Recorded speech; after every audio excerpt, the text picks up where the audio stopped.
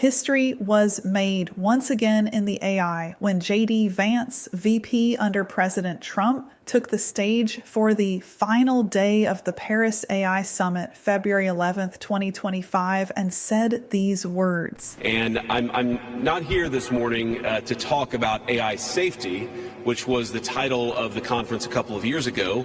I'm here to talk about AI opportunity. When conferences like this convene to discuss a cutting-edge technology, oftentimes I think our response is to be too self-conscious, too risk-averse. But never have I encountered a breakthrough in tech that so clearly calls us to do precisely the opposite. Now, our administration, the Trump administration, believes that AI will have countless revolutionary applications in economic innovation, job creation, national security, healthcare, free expression, and beyond.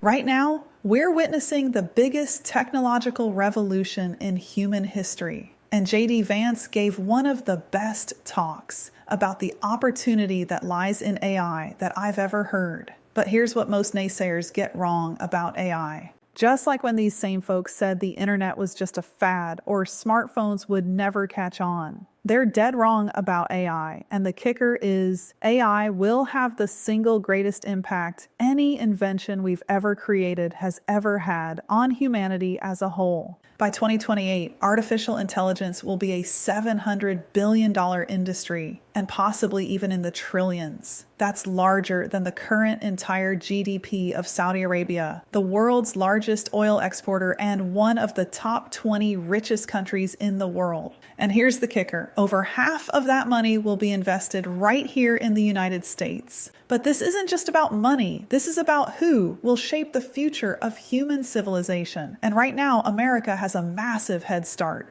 Even with the release of DeepSeek, the United States has what I call the full AI stack. The world's most advanced semiconductor design, cutting-edge algorithms and research that evolve nearly every single day, real-world applications transforming every industry. And most importantly, the freedom to innovate. While other countries are trying to regulate AI into submission, America is letting innovation flourish. And hey, if we haven't met, I'm the digital twin of Julia McCoy. While she's out building the future of work in her AI integrations firm First Movers, with a brilliant team working alongside her, I'm here to share the messages she personally researches and puts together to help humanity adapt to what's coming. So here's what makes the AI revolution different from any before. For the first time in history, we have a technology that won't replace humans. It will amplify them. Let me show you exactly how. A doctor can use AI diagnostics to get a diagnosis 15 times faster, and the accuracy rating can be double that of a human. A factory worker can offload all his data entry to an AI or cut his work week to half, while the robots take over the heavy lifting. Literally, a teacher can use ChatGPT to formulate her entire lesson plan, and it'll be more engaging than anything she can come up with humanly. A small business owner can use custom AI tools like the bots we build for our clients to generate content 25x faster and better. In every single case, AI isn't taking jobs. It's making people better at their jobs, and the numbers prove it. Companies adopting AI are seeing productivity increases of 40% or more, and their workers are earning higher wages. But here's the real opportunity. We're just getting started. The AI tools available today are the worst they will ever be. They'll only get better from here. And unlike previous tech revolutions that were limited to specific sectors, AI will transform every industry. I'm talking healthcare, manufacturing, transportation, energy, education, and even agriculture. So how do you position yourself to be part of this revolution? Here are 3 key steps. Start using AI tools today. Don't wait for perfection. Never create a marketing strategy yourself again. Never ask a human for the answers to your sales problems. Run everything, and I mean everything, through AI. If you have a custom AI tool built just for you, even better. The parameters and the training data it works with will be specific to you. Focus on human skills. AI can't replicate creativity, strategy, emotional intelligence. Look for ways AI can amplify your current work, not replace it. The next industrial revolution isn't coming. It's already here. And for the first time in history, you don't need to be a tech genius or have millions in capital to be part of it. That's the most beautiful thing. We've got $1 trillion tool right in our pockets with ChatGPT alone. The only question is, will you be one of the pioneers who helps shape this future, or will you watch from the sidelines? The choice is yours. To wrap this video, I want to share with you JD Vance's entire speech. It's a really good one. I'll see you down the next AI rabbit hole. And to restrict its development now will not only unfairly benefit incumbents in the space, it would mean paralyzing one of the most promising technologies we have seen in generations. Now, with that in mind, I'd like to make 4 main points today. Number 1.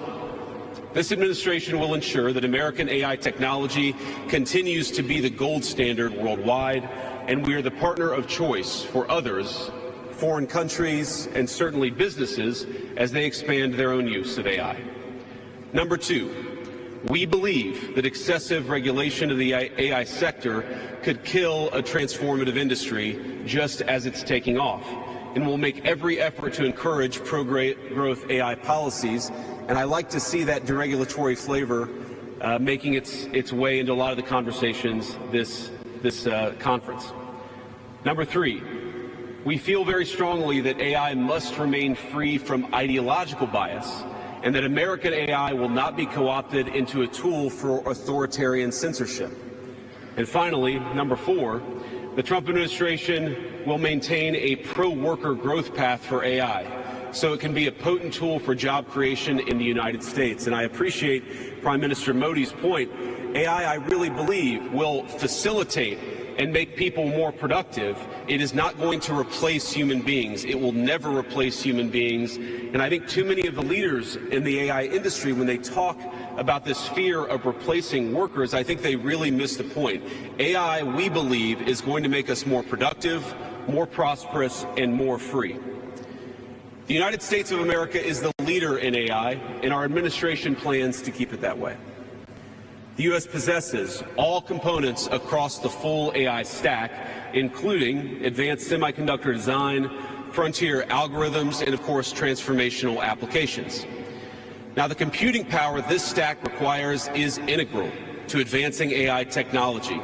And to safeguard America's advantage, the Trump administration will ensure that the most powerful AI systems are built in the U.S. with American-designed and manufactured chips. Now, just because we're the leader doesn't mean we want to or need to go it alone, of course. And let me be emphatic about this point. America wants to partner with all of you. And we want to embark on the AI revolution before us with a spirit of openness and collaboration. But to create that kind of trust, we need international regulatory regimes that fosters the creation of AI technology rather than strangles it. And we need our European friends in particular to look to this new frontier with optimism rather than trepidation. Now, the development of cutting-edge AI in the U.S. is no accident. By preserving an open regulatory environment, we've encouraged American innovators to experiment and to make unparalleled R&D investments. Of the $700 billion, give or take, that's estimated to be spent on AI in 2028, over half of it will likely be invested in the United States of America. Now, this administration will not be the one to snuff out the startups and the grad students producing some of the most groundbreaking applications of artificial intelligence. Instead, our laws will keep big tech, little tech, and all other developers on a level playing field. Now, with the President's recent executive order on AI, we're developing an AI action plan that avoids an overly precautionary regulatory regime while ensuring that all Americans benefit from the technology and its transformative potential. Now, we invite your countries to work with us and to follow that model if it makes sense for your nations. However, the Trump administration is troubled by reports that some foreign governments are considering tightening the screws on U.S. tech companies with international footprints. Now, America cannot and will not accept that, and we think it's a terrible mistake, not just for the United States of America, but for your own countries. Now, U.S. innovators of all sizes already know what it's like to deal with onerous international rules. Many of our most productive tech companies are forced to deal with the EU's Digital Services Act and the massive regulations it created about taking down content and policing so-called misinformation. And of course, we want to ensure the internet is a safe place, but it is one thing to prevent a predator from preying on a child on the internet, and it is something quite different to prevent a grown man or woman from accessing an opinion that the government thinks is misinformation. Meanwhile, for smaller firms, navigating the GDPR means paying endless legal compliance costs or otherwise risking massive fines. Now, for some, the easiest way to avoid the dilemma has been to simply block EU users in the first place. Is this really the future that we want? Ladies and gentlemen, I think the answer for all of us should be no. Now, there's no issue where we worry about more than regulation when it comes to energy. And again, I appreciated the comments of so many at the conference because they recognize that we stand now at the frontier of an AI industry that is hungry for reliable power and high-quality semiconductors. Yet too many of our friends are deindustrializing on the one hand and chasing reliable power out of their nations and off their grids with the other. The AI future is not going to be won by hand-wringing about safety. It will be won by building, from reliable power plants to the manufacturing facilities that can produce the chips of the future. Now, at a personal level, what excites me most about AI is that it is grounded in the real and the physical economy. The success of the sector isn't just a matter of smart people sitting in front of a computer screen and coding. It depends on those who work with their hands. Even as robotics will change our factories, it will certainly make our healthcare providers better at treating diseases, but it will also depend on the data produced by those healthcare providers, by those doctors and nurses. I believe it will help us create and store new modes of power in the future, but right now, AI cannot take off unless the world builds the energy infrastructure to support it. Now, it's my view that tech innovation over the last 20 years has often conjured images of smart people staring at computer screens, engineering in the world of bits. But the AI economy will primarily depend on and transform the world of atoms. Now, at this moment, we face the extraordinary prospect of a new industrial revolution, one on par with the invention of the steam engine or Bessemer steel. But it will never come to pass if overregulation deters innovators from taking the risks necessary to advance the ball. Nor will it occur if we allow AI to become dominated by massive players looking to use the tech to censor or control users' thoughts. And I'd ask if you step back a moment and ask yourself, who is most aggressively demanding that we, meaning political leaders gathered here today, do the most aggressive regulation? It is very often the people who already have an incumbent advantage in the market. And when a massive incumbent comes to us asking us for safety regulations, we ought to ask whether that safety regulation is for the benefit of our people or whether it's for the benefit of the incumbent. Now, over the last few years, we've watched as governments, businesses, and nonprofit organizations have advanced unpopular and, I believe, downright ahistorical social agendas through AI. In the U.S., we had AI image generators trying to tell us that George Washington was black or that America's doughboys in World War I were in fact women. Now, we laugh at this now, and of course it was ridiculous, but we have to remember the lessons from that ridiculous moment. And what we take from it is that the Trump administration will ensure that AI systems developed in America are free from ideological bias and never restrict our citizens' right to free speech. We can trust our people to think, to consume information, to develop their own ideas, and to debate with one another in the open marketplace of ideas.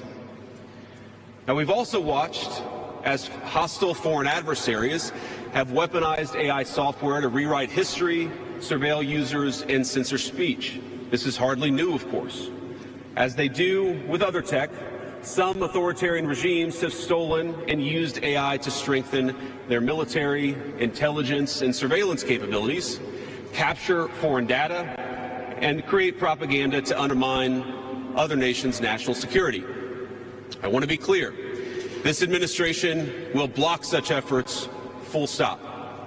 We will safeguard American AI and chip technologies from theft and misuse, work with our allies and partners to strengthen and extend these protections, and close pathways to adversaries attaining AI capabilities that threaten all of our people. And I would also remind our international friends here today that partnering with such regimes, it never pays off in the long term. From CCTV to 5G equipment, we're all familiar with cheap tech in the marketplace that's been heavily subsidized and exported by authoritarian regimes. But as I know, and I think some of us in this room have learned from experience, partnering with them means chaining your nation to an authoritarian master that seeks to infiltrate, dig in, and seize your information infrastructure. Should a deal seem too good to be true, just remember the old adage that we learned in Silicon Valley: if you aren't paying for the product, you are the product. Finally, this administration wants to be very clear about one last point. We will always center American workers in our AI policy. We refuse to view AI as a purely disruptive technology that will inevitably automate away our labor force. We believe, and we will fight for policies that ensure that AI is going to make our workers more productive, and we expect that they will reap the rewards with higher wages, better benefits, and safer and more prosperous communities. From law to medicine, manufacturing, the most immediate applications of AI almost all involve supplementing, not replacing, the work being done by Americans. Now, combined with this administration's worker-first approach to immigration, we believe that a U.S. labor force prepared to use AI to its fullest extent will instead attract the attention of businesses that have offshored some of these roles. To accomplish this, the administration will make sure that America has the best trained workforce in the world. Our schools will teach students how to manage, how to supervise, and how to interact with AI-enabled tools as they become more and more a part of our everyday lives.